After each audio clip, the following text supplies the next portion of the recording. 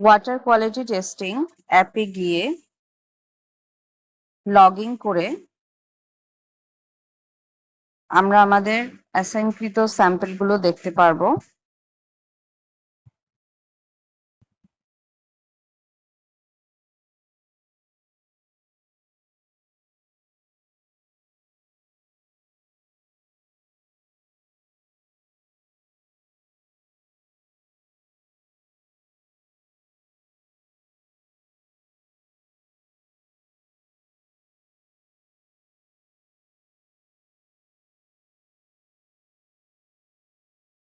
Sign in করলে আমরা আগে থেকে অ্যাসাইন স্যাম্পলগুলো এখানে দেখতে পারবো।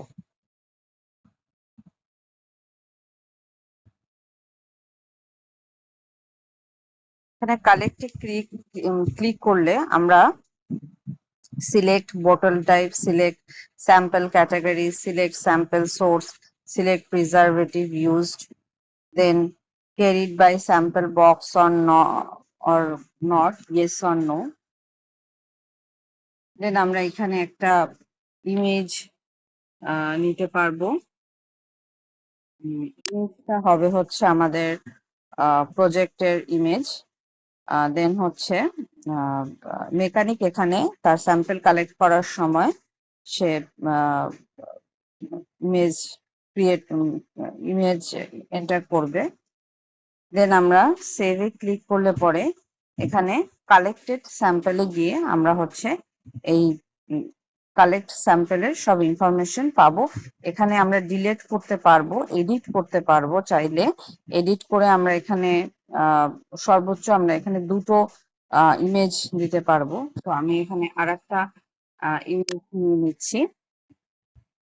সেম ভাবে এই ইনফরমেশন গুলো চাইলে আমরা এডিট করতে পারবো। দেন সেভে ক্লিক করলে এটা সেভ হয়ে গেল। দেন হচ্ছে আমরা এটা সিঙ্কে ক্লিক করলে এটা হচ্ছে সাব অ্যাসিস্ট্যান্ট ইঞ্জিনিয়ারের কাছে চলে যাবে। সেম ভাবে মেকানিকের মতো সেম ভাবে ল্যাব স্যাম্পল কালেক্টরও এই স্যাম্পল গুলো নিজে কালেক্ট করতে পারবে এবং পরবর্তীতে হচ্ছে এটা সিঙ্ক করে অ্যাসাইন্ড ইউজারকে ব্যাক করতে পারবে। দেন আমি সিঙ্কে ক্লিক করলে একটা সাকসেস মেসেজ আসবে যে congratulation, you have successfully collected the sample. আচ্ছা, দেন মেকানিক অথবা ল্যাব স্যাম্পল কালেক্টর হিসেবে লগড ইন থাকা অবস্থাতে আমরা যদি একটা স্যাম্পল অ্যাসাইন করি,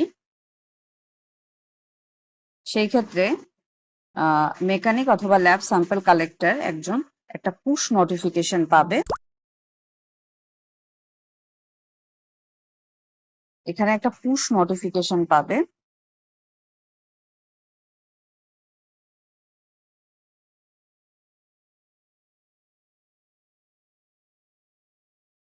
দেন হচ্ছে সে সেম ভাবে স্যাম্পলটা কালেক্ট করতে পারবে।